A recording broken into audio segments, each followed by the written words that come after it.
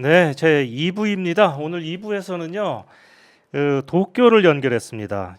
이분은요, 기자였다가 작가이기도 했다가 또 어떨 땐 또 영화 평론가였다가 그런데 주업은 인테리어를 하는 공무점의 대표님이십니다. 네, 박철현 대표님 안녕하세요. 요즘 기분이 아주 좋으시겠습니다. 일본 정부에서 주는 이 재난지원금을 듬뿍 받게 됐다면서요? 뭐 기분이 좋다기보다는 네, 이제 원래는 준다 그러면 좀 시간이 걸리는데 네, 이번에는 31일이 이제 일본 중요한 선거였는데요. 예, 31일 끝나고 바로 이제 그 내각이 구성된 게 11월 4일인가 그랬거든요. 근데 그랬죠. 그때 그러니까 그 55조 엔 정도 되는 이제 보정 예산을 짰는데 네, 그 안에 이제 급부금안이 그 18세 이하의 아이가 있는 집에서는 네, 아이 한 명당 10만 원씩 주는 거. 예. 그러니까 현금 그렇습니다. 5만 원과 상품권 5만 원 예, 해가지고 10만 원씩 주는 게 통과됐는데 저희는 애가 4명이기 때문에 네, 괜찮네요.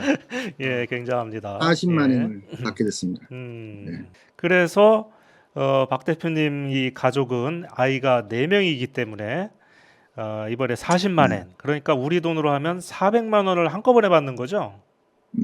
그렇죠. 이제 20만 원 먼저 받고 음, 20만 원 분은 이제 상품권으로 받는 음. 거죠. 근데 상품권은 뭡니까? 그게 또 일본에서도 이야기가 많은데 네, 그냥 현금으로 다 주지 무슨 상품권이냐 뭐 이렇게 상품권은 이제 아이 관련된 것에 쓸 수 있는 뭐 제한을 준다 음, 그러는데 그거는 사실상 무리고요. 예, 애가 자 병원에 가면은 병원비는 뭐 애들에 관련된 거 아니냐 뭐 이런 식 이야기가 나오니까 음, 뭐 애들 자전거 산다 그래놓고 뭐 성인용 자전거를 사도 되는 거 그러니까 그 자체는 뭐 말도 안 되는 거고. 음. 근데 이제 상품권으로 하게 되면 일본 특유의 그 이제 중간에서 빼먹는 그게 생기지 않습니까? 아, 그런가요? 그러니까 뭐 이권 관련이다 예, 뭐 예, 하여튼 무슨 상품권 사업을 하게 되면은 이게 정부가 하는 게 아닙니다. 음, 그 정부가 직접 할 수는 없으니까 예, 그 무슨 뭐 산하기관에다가 경산성 산하기관이나 이런데 이제 이게 일을 발주를 하게 되거든요. 예, 그 발주하면 옛날에 마스크 사건이라든가 예, 무슨 서비스 지속화 급부금이라든가 그런 뭐 예, 스캔들이 많았지 않습니까? 그렇습니다. 그거를 벌써부터 우려하는 사람들이 있어가지고 그냥 현금으로 주지 뭐하러 그것도 중간에 빼먹으려 간다. 음. 뭐 이런 이야기가 많이 나오고 있죠. 이게 또 전 국민에게 주는 게 아니라 이제 18세 이하인가요? 20세 이하인가요? 18세 예, 이하의 예. 아이들이 있는 집안에 집안이 그러면 1인당 10만 원씩 지급하는 거잖아요. 그거 왜 그 전 소득 제한도 있고요. 국민으로 하지 않고 아이들이 있는 집안에만 이렇게 지급하는 겁니까? 그러니까 애들이 있으면 아무래도 이제 애들 들어가는 혼자 있는 사람보다는 뭐 음. 자녀가 있으니까 자녀가 무슨 뭐 노동을 하는 게 아니니까 자녀에 예. 들어가는 뭐 비용이라는 게 있지 않습니까? 예. 그러니까 뭐 그런 근데 원래 이 안은 자민당 안이 아니었어요. 공명당 안이었는데 예. 공명당 원래부터 약간 그렇습니다. 복지라든가 뭐 이제 아이들 교육 그러니까 자녀에 관한 그런 아이들에 관한 그런 복지 정책이나 이런 걸 항상 내는 정당이어가지고 예. 그쪽 의견을 많이 받아들인다고 그러고 봐야죠 이거는. 음, 아무튼 저는요, 일본 정부가 이 코로나 대응을 하는 모습을 보면 아주 속 터지고 한심하게 이제 보인 그런 경우가 굉장히 많은데, 다른 건 몰라도 이 정부 지원금만큼은 정말 일본 정부가 화끈하게 지급한다는 그런 생각이 듭니다. 이 지난번에 긴급 사태 때도요. 보면은 이제 문을 못 연 가게한테는 하루에 뭐 우리 돈으로 60만 원, 70만 원씩 이렇게 지급을 하더라고요. 그런 점은 좀 정말 부러운 것 같습니다. 우리는 지금 뒤늦게 지금 손실보상 얘기를 하고 있는데 그것도 음. 잘 진행이 안 되고 있잖아요. 음. 네. 근데 이제 저 같은 경우도 지난번에 지원금 지급 대상에서 제외가 됐는데 너무 열이 받아가지고 홍남기 부총리한테 정말 하소연을 하고 싶습니다. 제가 어딜 봐서 이 상위 12% 안에 들어가는 건지. 일본 정부는 그런데 경제적으로 굉장히 여유가 없는 그런 상황 아닙니까? 그런데 어떻게 이렇게 돈을 화끈하게 풀 수가 있는 건가요?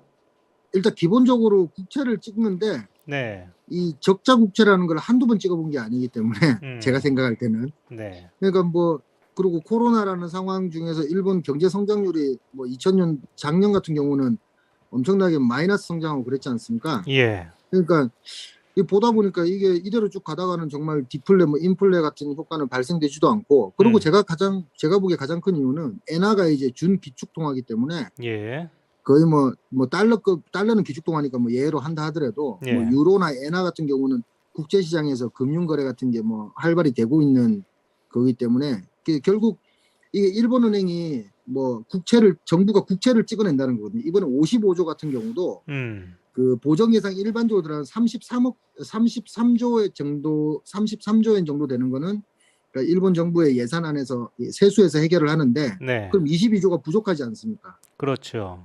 그럼 그 국채 찍는다는 얘기거든요. 그 적자 국채라 그러는데 어떻게 보면 다 빚 아닙니까? 빚. 빚인데 또 네. 일본이 특수해요. 그래서 음. 그 일본의 국채를 일본 사람들이 거의 다 사기 때문에 예. 그러니까 외국으로 흘러나와가지고 뭐 외국 외인 투자자들이 많이 산다 그러면은 문제가 생기지 않습니까? 예. 그 예. 나중에 일거에 만약에 사람들이 돌려내라 이래버리면 상환 기간 닥쳐오면은 뭐 옛날에 한국에서 IMF 맞았던 것처럼 비슷한 상태가 되는 거지만 예. 일본 사람들이 이제 거의 국내에서 다 소비를 구입을 하기 때문에 그 사람들이 일거에 다 뭐 상환해라 뭐 이런 게 뭐 외국하고는 좀 차원이 다르잖아요. 그렇겠죠. 그러니까 그런 뭐 안심을 계속 하고 있는 거죠. 안심을 계속 하고 있는데 뭐 일단 그런 것도 있는 것 같아요. 지금 당장 어려운데 무슨 뭐 미래 이런 거 생각하다가는 뭐 지금 당장 있는 사람들이 힘들어가지고 뭐 결혼 안 하고 애 안 낳고 이래버리면은 뭐 예. 한국이 약간 출산율 저출산 같은 게 그런 케이스라고 좀 생각이 되는데 그 미래 세대가 어느 정도 빚을 갚거나 그런 걱정하다가 지금 지원을 안 해버리면 지금 살고 있는 사람들이 뭐 결혼도 안 하고 혼자 살기도 버겁고 이래버리면은 뭐 빚이 있고 없고 그 차원의 문제가 아니지 않습니까? 글쎄 뭐 일단 뭐 그거는 지원을 해주자 이제 뭐 이런 것 같아요. 일본도 그렇지만 우리나라도 마찬가지인데 왜 일본은 그렇게 할 수 있는데 우리는 그렇게 못하는지 이해가 잘 되지를 않습니다. 그러니까 일본 같은 경우는 그렇죠. 근데 제가 생각할 때도 진짜 돈을 많이 풀었죠. 이 뭐 예. 작년 같은 경우도 한 48조 한 번 풀었고 48조 엔입니다. 예. 48조엔 한 번 풀었고 그다음 9월 달에도 20조엔 풀었고 그리고 올해 들어와서도 또 초에 한 20조 풀었고 보통 지금 풀면 뭐 55조니까 몇백조 원을 푸는 거네요. 그렇죠. 그러니까 한국식으로 따지면 곱하기 10 해야 되니까 몇천 조를 푼 거죠 지금. 네. 네, 알겠습니다. 그 대표님 볼 때마다 참 부러운데요. 그 아이가 4명이나 되는 것도 부럽고요. 그 다 건강하게 잘 키우고 있는 것도 부럽고 거기다가 재난지원금까지 이렇게 듬뿍 받게 됐다니까 더 부럽습니다.